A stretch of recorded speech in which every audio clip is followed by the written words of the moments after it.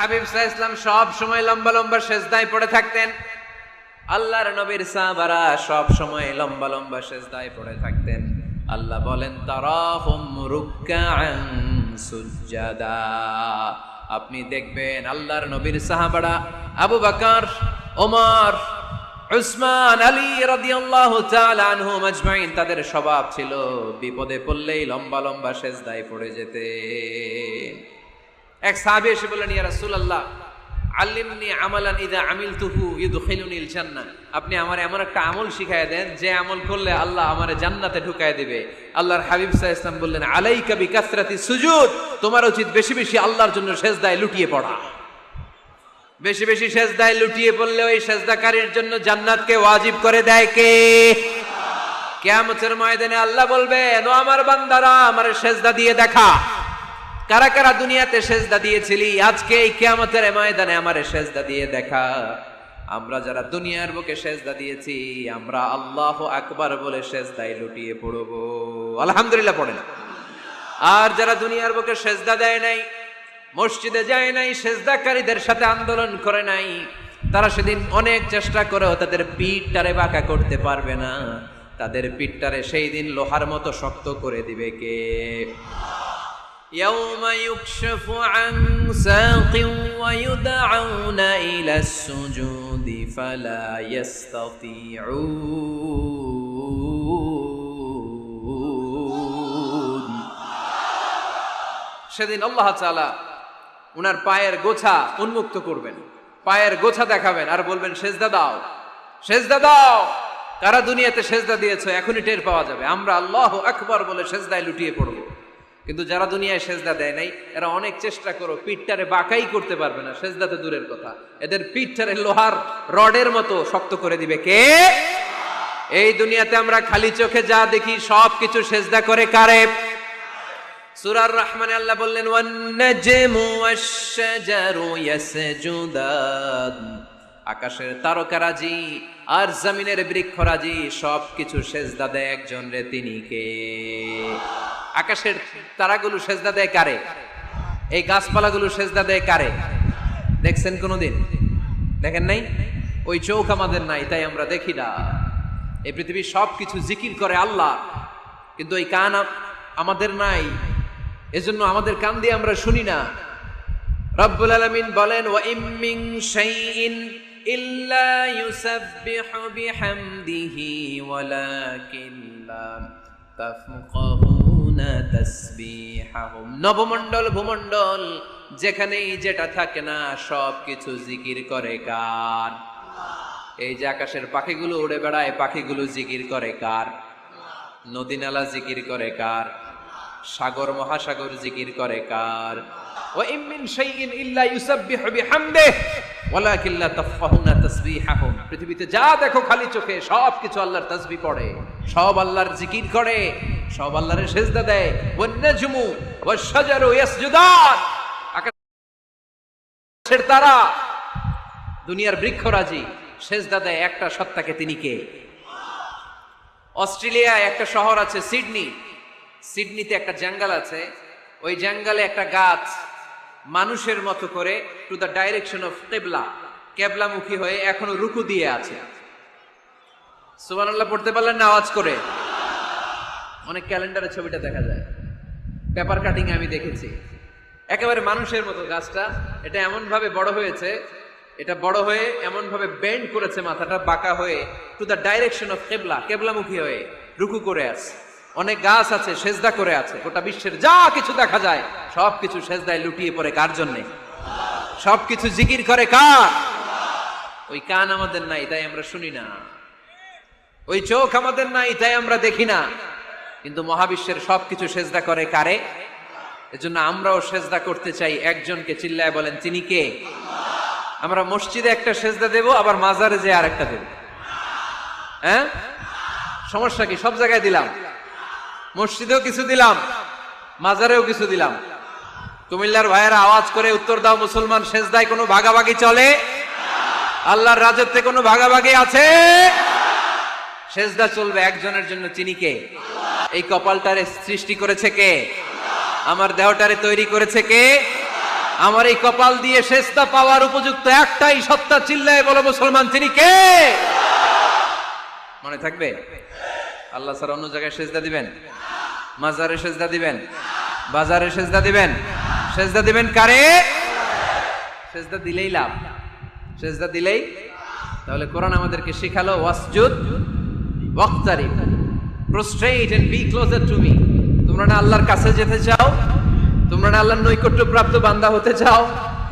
তোমরা না আল্লাহর কাছের মাহবুব পেয়ারা বান্দা হতে চাও? তাহলে সেজদায় লুটিয়ে পড়ো, সেজদায় লুটিয়ে পড়ো। আল্লাহ তাআলা তোমাদেরকে কাছে টেনে নেবে। আওয়াজ তুলে বলেন ঠিক কিনা? একটা সেজদা, একটা সেজদা, একটা সেজদার আদেশকে অমান্য করার কারণে ইবলিস জাহান্নামীদের সর্দার। চিল্লায় বলেন ঠিক কিনা? ওয়া ইয কুলনা লিল মালাইকাতি ইসজুদু লিআদম ফাসাজাদু ইল্লা ইবলিস আবা ওয়াস্তাকবারা ওয়া কানা মিনাল কাফিরিন।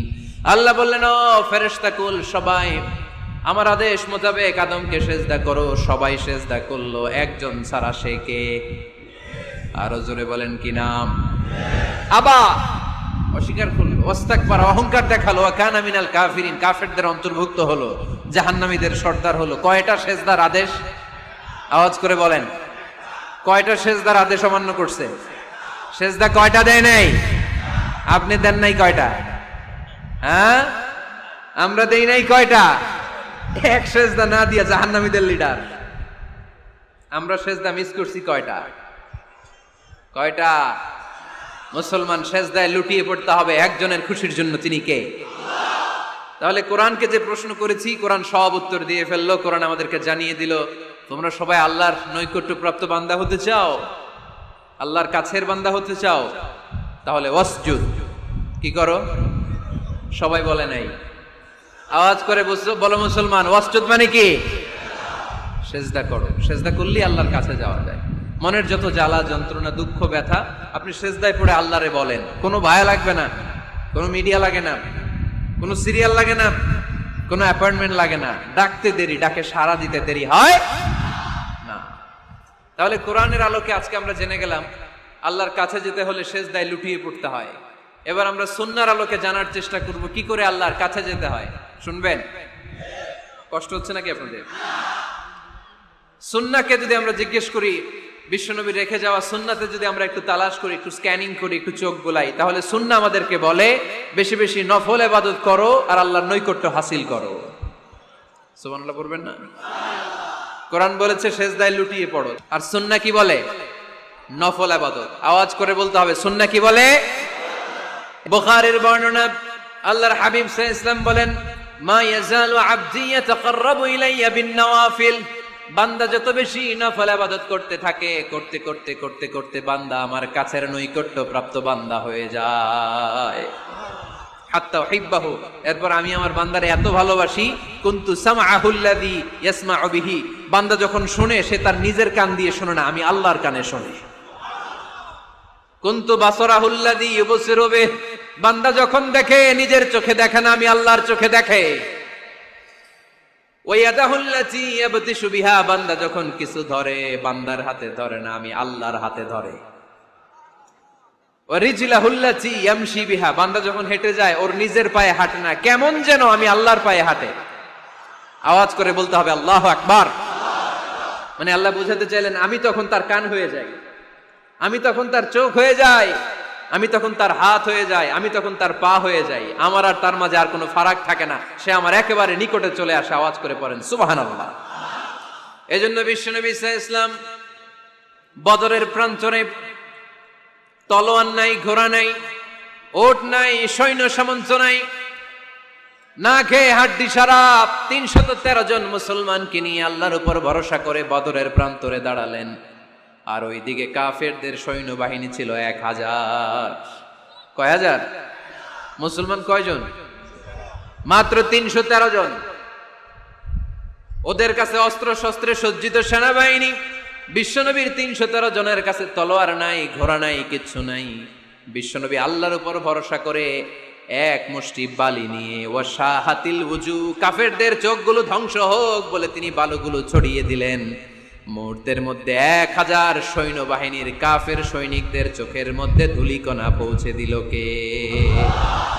আল্লাহর হাবিব সাল্লাল্লাহু আলাইহি ওয়াসাল্লাম বদরের প্রান্তর থেকে এক মুষ্টি বালু নিয়ে বললেন, শাহাতিল উজুহ, বলে তিনি বালু ছুড়ে মারলেন। 1000 সৈন্যবাহিনীর চোখের মধ্যে বালু ছড়াই দিছে কে? বুঝে শুনে উত্তর দিয়েন। এখানে 1000 লোক দাঁড়ানো, আমি বালু নিলাম, গায়ের যত জোর আছে সবার চোখের দিকে মারলাম। 1000 জনের চোখের ভিতরে ঢুকবে? সর্বোচ্চ 5 জন, বেশি হইলে 10 জন, তার চেয়ে বেশি হইলে 20 জন, বেশি হইলে 50 জন। বুঝে শুনে উত্তর দিয়েন। আমার মুষ্টিবদ্ধ বালু ছুঁড়ে মারলে 1000 মানুষের চোখের মধ্যে পড়বে? আওয়াজ করে বলেন পড়বে। এজন্য আল্লাহ বলেন, নবী ওটা তুমি মারো না, ওটা আমি মারছি। সুবহানাল্লাহ নাই? আল্লাহ বিশ্বনবীর ডেকে বলেন, ওমা রামাইতা ইয রামাইতা ওয়ালাকিন্নাল্লাহা রামা। নবী হে, বালু তুমি ঠিকই তোমার হাতে নিয়েছো, কিন্তু আমি আল্লাহ নিজ দায়িত্বে 1000 কাফেরের চোখের ভেতরে বালুগুলো পৌঁছে দিয়েছি।